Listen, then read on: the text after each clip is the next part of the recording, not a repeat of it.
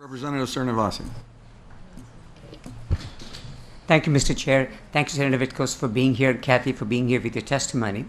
As we've been having this conversation with on this with Senator Fasano, not a short while ago, and my concerns along with the cost, which obviously is a big factor. I'm obviously concerned about healthcare costs, no question about that.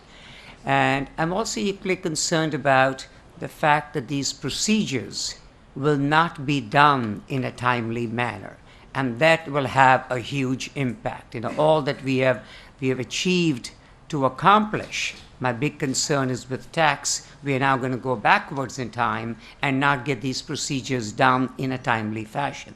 Cost, of course, is paramount, but along with that would be the availability.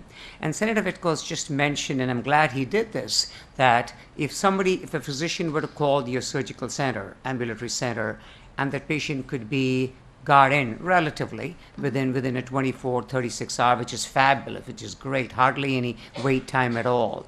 Could you tell us, or do you have any experience, if a similar thing were to happen in a hospital setting? Even though you know the doctor and the doctor knows the system and everything else, how soon do you think that same doctor would be able to get a patient into a hospital to get the same procedure done? Well, a couple of comparisons. 60 incredible surgeons in the greater Hartford area can choose to bring a case to a hospital where they have privileges, or they can choose to bring the same case to my ambulatory surgery center where they also have privileges. So nowadays, we're trying to get people to avoid emergency rooms. So my daughter plays soccer and all her friends do. So if somebody gets injured on a field, you have a choice of packing your kid into the car and going to the emergency room and all that comes with that, and waiting for the surgeon to arrive and getting assessed and so forth. Or you have the choice of calling your local physician, going to their office in town.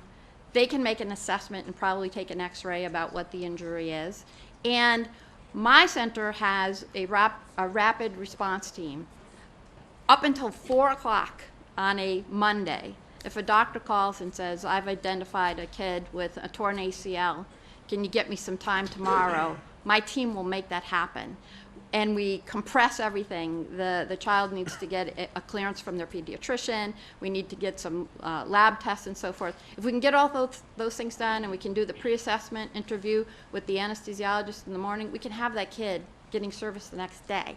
And they avoid the emergency department and a whole host of other things. And we can get it done with high quality outcomes. That's how we operate, and we're happy to do so.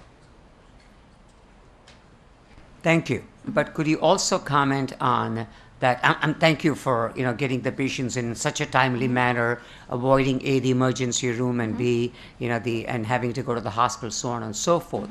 But these procedures that your 60 doctors do and bring them to your center, done in such a timely manner, do you think that if the same procedure, if this center were now to exist, let's say, or we do not have any more new centers, as you correctly said, right, we are inhibiting growth here. Right. So no new centers would even consider opening, given this burden of the tax. That's right. In that case, do you think that the wait time, which is what we wanted to cut by opening these centers, are we back into that long list and the long wait lines back at the hospital? Yeah, absolutely. We can get someone into surgery at 7 in the morning and have them going home to watch movies on the couch by 2 o'clock. And we can do all of that safely with our team and our anesthesiologists. And we can do it with our rapid response team and get them in 24 hours. But and I can tell you, absolutely, because I'm in the industry, about 1 out of 4 centers that are in existence will begin to talk about closing down. So that's going to push everything back to the ERs and that whole cycle of wait. And certainly the national companies and the local doctors who are going to build ambulatory surgeries will not do so.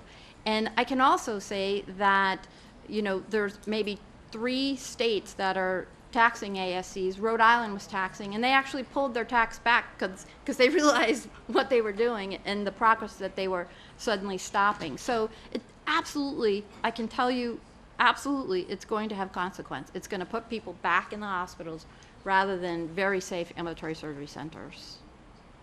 Thank you for your testimony, and thank you for sharing that concern that I had, which I'd asked the previous speaker, because I had heard, being in the same field, not a surgeon, but being in the medical field, that ambulatory care centers are considering closing. That's what I had heard. Absolutely. And for you to say 1 out of 4 is obviously, my goodness, that is amazing. Unfortunately, that's the statistics that we may have to deal with if nothing is done. Correct. Yeah, thank you. Thank you for your testimony. Thank you, Senator. Thank you, Mr. Chair. Thank you, Representative. Any other comments?